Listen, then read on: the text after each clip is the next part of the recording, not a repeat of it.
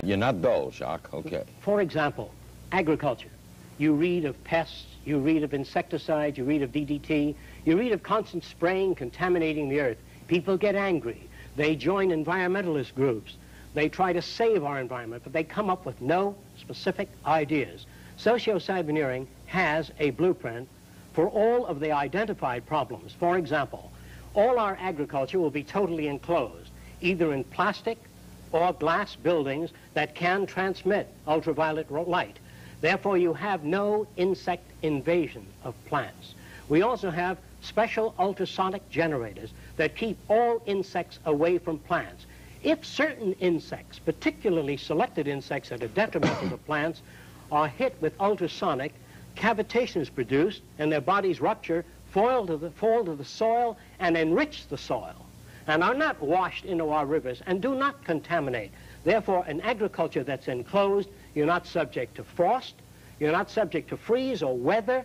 In other words, these nuclear plants out here that dump their hot water into the bay, we use that hot water in the winter to enhance the plant life, to grow bananas in Georgia, in North Carolina, by using the hot water from nuclear plants. What do we do with the radioactive waste? We encase it in piping and treat sewage water with the radiation. Not radioactive powder, but the radiation material is sealed.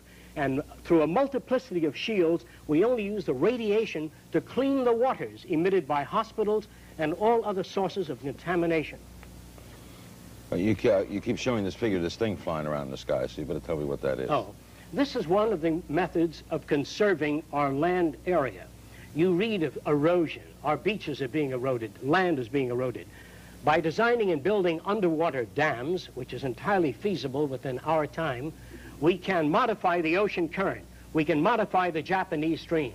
We can build dams under the ocean and utilize the Japanese current, oxygenate the water, and do away with the red tide. The red tide, by the way, can be dealt with by oxygenation, by recirculating the water, by building dams under the water in the Gulf Stream to set up greater turbulence in the water, and this is feasible. If we don't do it, we will cease to be as a nation. We have the energy, the know-how, the raw materials. Socio-cyberneering is an organization that is probably the boldest organization ever conceived of. What? And we're undertaking the most ambitious project in the history of mankind. What's this? This represents a surveillance equipment aircraft to survey the areas and movement of the currents and to monitor Earth systems. All right, Jacque. This represents a variation of the circular scheme. Most of the cities are based on natural configurations, the atomic structure, basic designs in nature. The center of the city might be related to studies of the human organism. This center here may be studies of diseases of the eye, other systems, diseases of the nervous system. An all-out research project on enhancing the lives of men. There are no military programs or projects in socio-cyberneering. There's no need for an army? No need for an army. Now, what if one people decides to attack another people? We then invite, after the first city is built, we tend to go Socio-Cyberneering International, to invite the participation of all nations of the world into a system of monitoring the Earth and using the Earth to enhance the lives of men. What about what if one group of people get together and attack another group of people? We believe that is done due to scarcity, or that a society suffers from economic deprivation, lack of arable land area, or overpopulation. You believe it would not occur? It would not occur. What is this wild-looking thing? This is clean sources of power.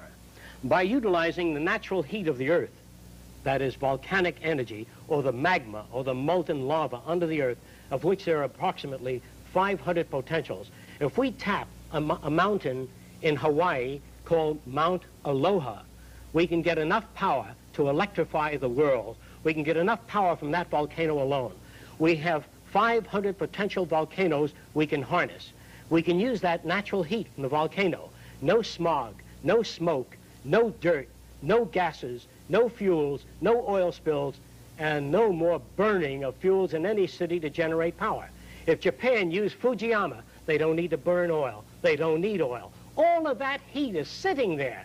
20 million years of power right under the Earth's surface. In fact, you don't even need to use fusion power or nuclear power. And it's easy to tap, and it's clean and available. As soon as we make up our minds to put scientists, rather than on weapons, nerve gas, on harnessing the Earth power that is already here.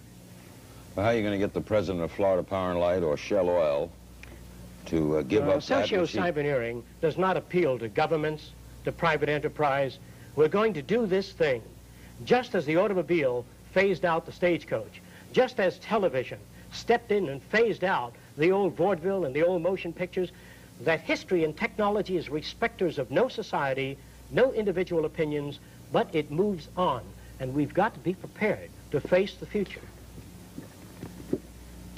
Socio-cyberneering will tackle some of the most ambitious projects in the history of man. This represents the building of underwater dams within the Gulf Stream. This dam will collect, direct, and route the waters of the sea into a spillway that is centrifugally shaped so that fish and marine life are separated from the turbine blades.